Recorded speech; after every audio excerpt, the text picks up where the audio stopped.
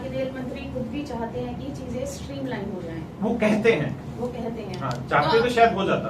तो आपको क्या लगता है कि रूट लेवल पर प्रॉब्लम है, करप्शन है, या ऊपर जो बैठे हुए लोग हैं जो ऊंचे महकमे है, वहाँ दिक्कत आपको कहाँ आप रेक्टिफाई करते हैं? आपके पास इतनी जानकारी है, डेटा इतना सारा है, तो कहीं तो आपको भी लगता होगा कि इस पॉइंट पर, इस लेवल के ऊपर परेशानी ज्यादा है।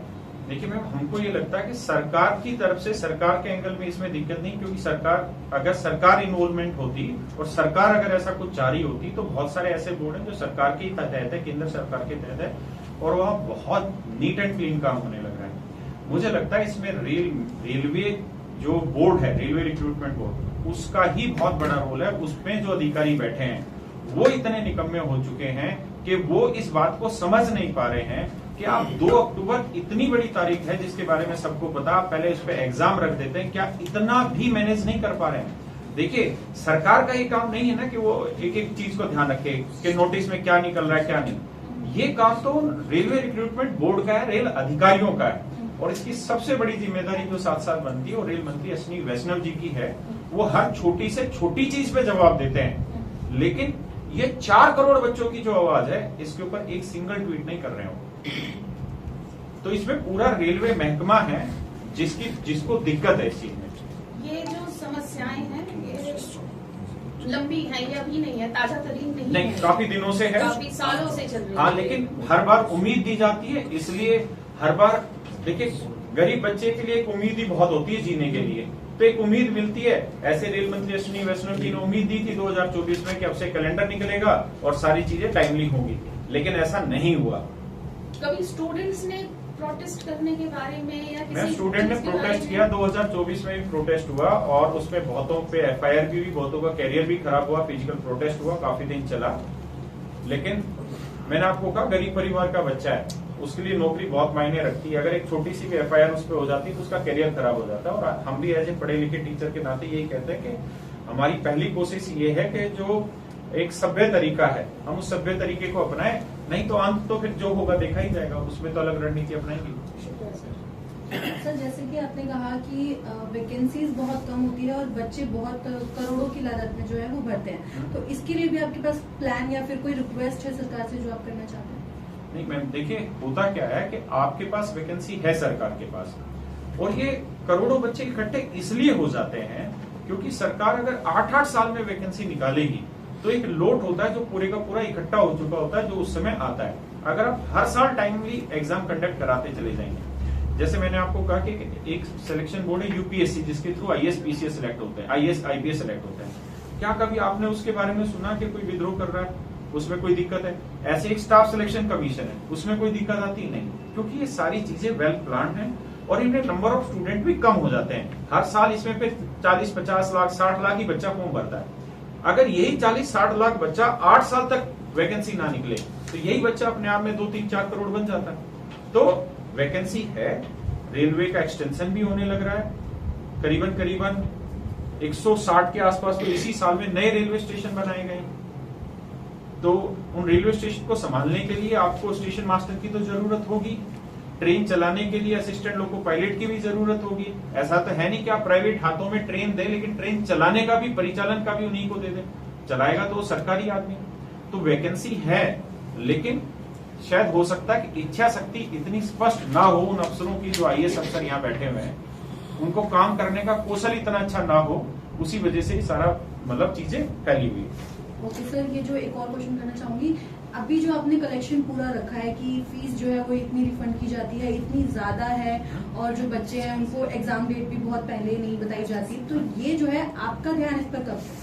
नहीं, हम तो टीचर, हम तो बच्चों को पढ़ाते हैं, शुरुआत से ही ध्यान रहता है, लेकिन होता क्या है कि एक ऐसा बोर्ड जिससे कभी उत्तर आता ही नहीं है, तो धीरे धीरे आदत बन जाती है। लेकिन जब किसी चीज का पीक आ जाता है, यानी जब वो पाप का घड़ा भर जाता है, तो फिर हमें खुल के बोलना पड़ता है। हम तो इन चीजों के ऊपर लगातार वीडियो बनाते रहे हैं, लेकिन इस बार जब चीजें बहुत बड़े लेवल पे गलत हो गई तो इस तरह से मुखर होकर बनाना पड़ रहा है। सर, जिस तरह आपने ये आवाज उठाई, कहीं ना कहीं जैसे आप एक इंस्टीट्यूट भी चलाते, बच्चों को वहां पे पढ़ाते हैं, उनकी तैयारी करवाते, लग रहा है कि जिस तरह जो सरकार वैकेंसी निकाल रही लेट कहीं ना कहीं आप लोगों पे भी, बिजनेस पे भी फर्क पड़ रहा है, इसीलिए को लेके ये आवाज उठाई जा रही? नहीं, देखिए हमारे बिजनेस पे फर्क इसलिए नहीं पड़ेगा कि अगर एक भी वैकेंसी आएगी तो बच्चों के पास कोई ऑप्शन नहीं है। भारत गरीब देश है, भारत में कुछ ही लोग ऐसे जिनके पास बहुत ज्यादा पैसा है, जो बाकी जनता है उसके पास उद्यम करने के लिए धन नहीं है, ना उद्यम करने के लिए उतना आत्मविश्वास है। उनको किसी ना किसी रूप से उनके दिमाग में एक ही चीज आती है कि अपने परिवार को गरीबी से निकालना है, तो एक ही तरीका है कि सरकारी नौकरी पकड़ी जाए और आगे बढ़ा जाए।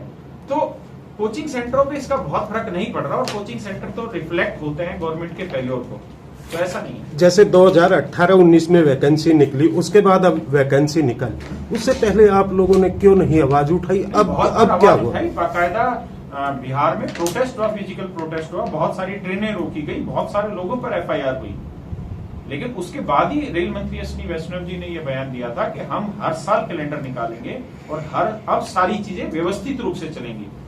अब नहीं चली, हम पूरे 2 साल 1.5 साल इंतजार करते रहे, तब आज इस काम को हम कर रहे हैं। सर क्या चलो सर लगातार आप मुहिम चला रहे हैं, मेरा एक सवाल है कि रेलवे हर मुद्दे पे बात करती है कि भाई ट्रेनों में हमने ये चीज नहीं की है, और लेकिन वैकेंसी जो निकाली जा रही है, आपको लगता है कि वैकेंसी सिर्फ निकाली जा रही है, ठंडे बस्ती में डाली जा रही है, बच्चे सिलेक्ट नहीं किए जा रहे हैं, जॉब नहीं लग पा रही है, इस पर सरकार काम क्यों नहीं करे, क्या मानते हैं?